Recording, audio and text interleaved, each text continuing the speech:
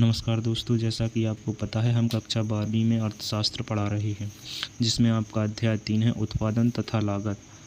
तो हमने सबसे पहले शॉर्ट में उत्पादन को जाना और तथा लागत को जाना। इससे अगले वीडियो में आज हम जानेंगे उत्पादन फलन के प्रकार के बारे में। ठीक है, उत्पादन फलन के मुख्यतः दो प्रकार होते हैं या फिर दो प्रकारों में बांटा जाता है। एक होता है अल्पकालीन उत्पादन फलन और दूसरा होता है दीर्घकालीन उत्पादन फलन।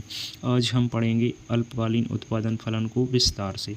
तो चलिए हम जानते हैं अल्पकालीन उत्पादन फलन के बारे में। अल्पकाल में कुछ साधन स्थिर होते हैं और कुछ साधन परिवर्तनशील होते हैं। उदाहरण के लिए आप देख सकते हैं भूमि और मशीनें स्थिर हैं, जबकि श्रमिकों की संख्या बदली जा सकती है। ठीक है, यहाँ पर भूमि मशीनें स्थिर हैं और श्रमिक परिवर्तनीय है। ठीक है, यहाँ पर आप फंक्शन को या फलन को इस प्रकार से भी लिख सकते हैं, जैसे कि Q बराबर Q उत्पादन है आपका, L F फलन है, L लेबर है और K क्या है, स्थिर पूंजी है। ठीक है, चलिए थोड़ा सा हम दीर्घकालीन उत्पादन फलन के बारे में भी देख लेते हैं। दीर्घकाल में सभी उत्पादन साधनों को परिवर्तित किया जा सकता है, यानी भूमि, मशीन और श्रमिकों की संख्या सभी बदली जा सकती है। ठीक है, यहाँ पर आपका Q उत्पादन रहेगा, F फंक्शन, L लेबर और K कैपिटल है, जिसे हम पूंजी कहते हैं। ठीक है, यहाँ पर याद रखने की ट्रिक है,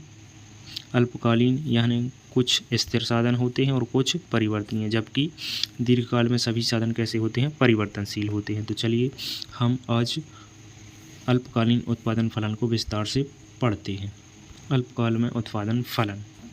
ठीक है, तो सबसे पहले हम इसका अर्थ जान लेते हैं।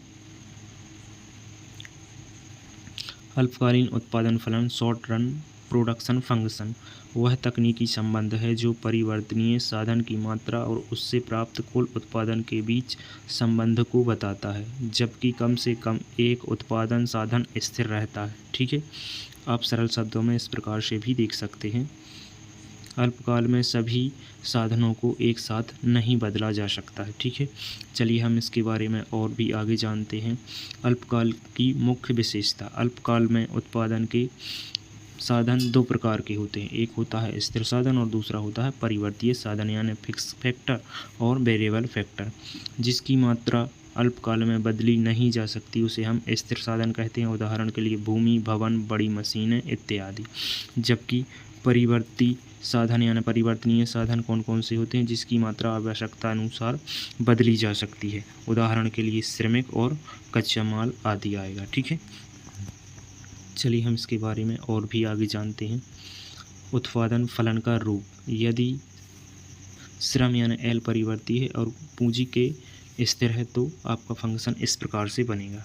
आप यहाँ पर देख सकते हैं, जहाँ Q कुल उत्पादन है, L श्रमिकों की मात्रा है और K स्थिर पूंजी है। ठीक है, चलिए इसे हम उदाहरण से भी समझ लेते हैं। मान लीजिए किसी कारखाने में 10 मशीनें स्थिर हैं। उत्पादन बढ़ाने के लिए श्रमिकों की संख्या बढ़ाई जाती है। यहाँ पर आपको श्रमिकों की संख्या दी गई है, यहाँ पर मशीनें जो कि स्थिर साधन हैं उनकी संख्या दी गई है।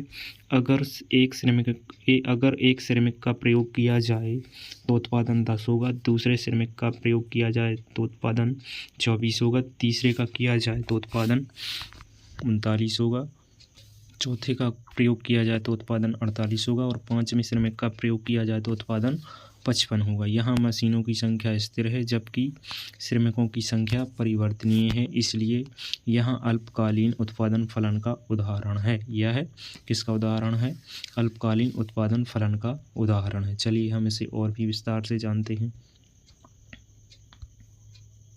अल्पकाल में उत्पादन का व्यवहार। जब स्थिर साधनों को रखते हुए परिवर्ती साधन की मात्रा बढ़ाई जाती है तो उत्पादन में परिवर्तन होता है। इस स्थिति में परिवर्तनशील अनुपात का नियम लागू होता है। सामान्यतः उत्पादन की प्रक्रिया में 3 अवस्थाएं देखी जा सकती हैं।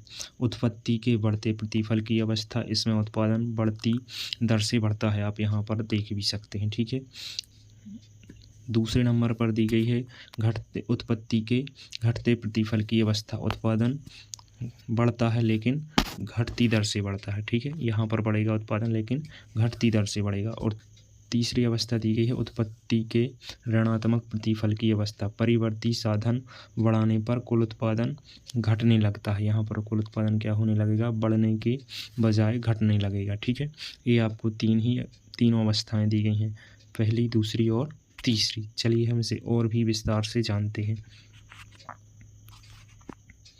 इसकी जो मुख्य विशेषताएं हैं, अल्पकाल में कम से कम एक साधन स्थिर रहता है, कुछ साधन परिवर्तनशील होते हैं, स्थिर साधनों की मात्रा तुरंत बदली नहीं जा सकती है। किसमें, अल्पकाल में।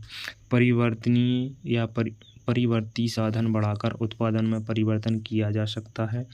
इसमें यानी अल्पकाल में कुल उत्पादन, औसत उत्पादन और सीमांत उत्पादन का अध्ययन किया जाता है, यानी कि टोटल प्रोडक्शन, एवरेज प्रोडक्शन और मार्जिनल प्रोडक्शन का अध्ययन किया जाता है।